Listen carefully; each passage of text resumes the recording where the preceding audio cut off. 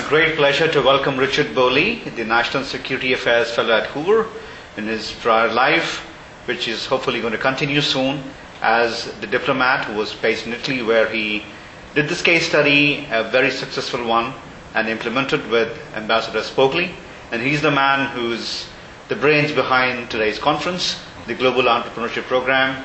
Richard, welcome. Thanks, my pleasure.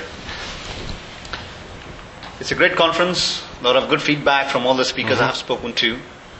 Wanted to ask you, from the horse's mouth, how you got this idea and why? Well, it was very simple. We had this very successful program in Italy, and my concern was that it would be a dim and distant memory 5 years from now. And I thought, I have this 1 year at Hoover, a carte blanche to do pretty much whatever I wanted. And I thought, why don't I try to get some traction on this idea and see if it could be replicated and spun out and maybe have a dozen or half dozen embassies doing it.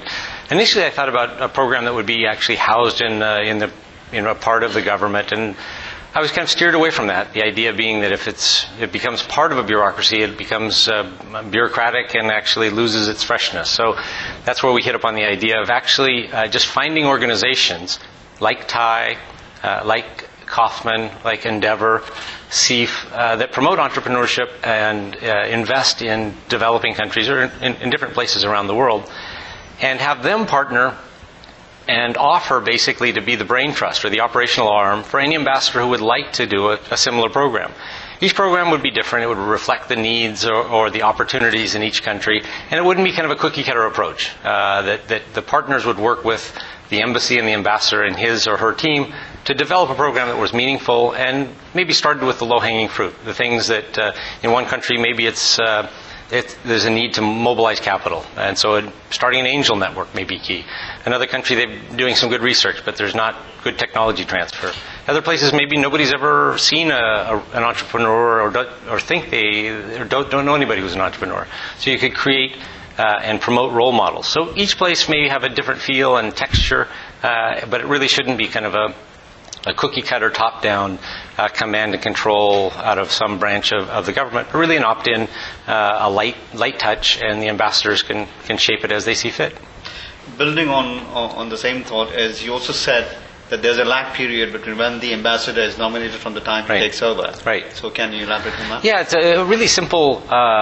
It's a fairly straightforward and simple process. So, actually, prior to an ambassador being publicly named by the president and having that nomination sent to the Senate for confirmation, there's a long process, an understandable process of checking the background, making sure there's not conflicts of interest between, the potential ambassador designate and the country where they may be going. That they hadn't invested in the country or some of the basic background checks. And then there's also a process called agrément, where the name is sent to the country, and the country approves or not the potential ambassador. So during that whole process, it's all, nothing is public. And so, but at the moment when an ambassador is publicly, their name is sent to the Senate for confirmation, there's a period that sometimes takes, on average, this varies widely, but roughly 10 weeks, so it's about 2.5 months, when that ambassador designate is really trying to just become a good prospective ambassador. They're studying up for their Senate confirmation hearings. They're taking a lot of meetings, and that would be the perfect opportunity to schedule a half-day meeting with the Kaufman Foundation, with TIE, with SEAF, Endeavor, and other organizations that may be specific to that country, who could help, again, be the, I kind of think of it like the movie Ocean's 11. You get this team of folks who could all help in different aspects. So you've got the safecracker, and you've got, the person who does the electrical stuff, and the guy who drives the car. The same kind of team of folks who could be a virtual consultants and partners for any ambassador who would like to do a program like this. I'm going to ask you what I've asked other prominent speakers today, is that the image of American capitalism has taken a beating in the current economic scenario. Right. Promoting this through State Department, might it come across as trying to impose capitalism if we haven't already done so? Right. Because we have done through our aid, we have done through loans, And this is a more pragmatic approach. But one needs to be careful that we are not just trying to impose this, but rather, building the ecosystem or adding to the ecosystem that already exists in these countries. Right. No, that's a great point. I think the way I like to say it is we're helping to show what worked and didn't work for us. So we talked in Italy, we talked about things that didn't work so well. How the Bayh-Dole Act helped give birth to the biotechnology industry, give birth to companies like Genentech. But at the same time, it caused some universities to try to squeeze the last nickel out of value of their intellectual property, sometimes clogging the pipeline.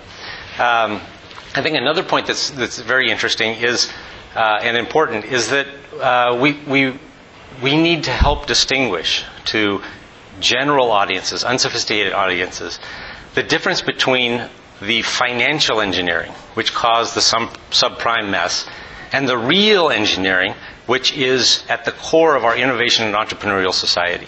I mean, I really believe, 10,000 years from now, if you think back to the movie Planet of the Apes, so when Charlton Heston is riding down the beach, America will be known for three things. It will be known for baseball, jazz, and entrepreneurship. Great. Finally, what would be the ideal conclusion, according to you, for this effort that you have put together?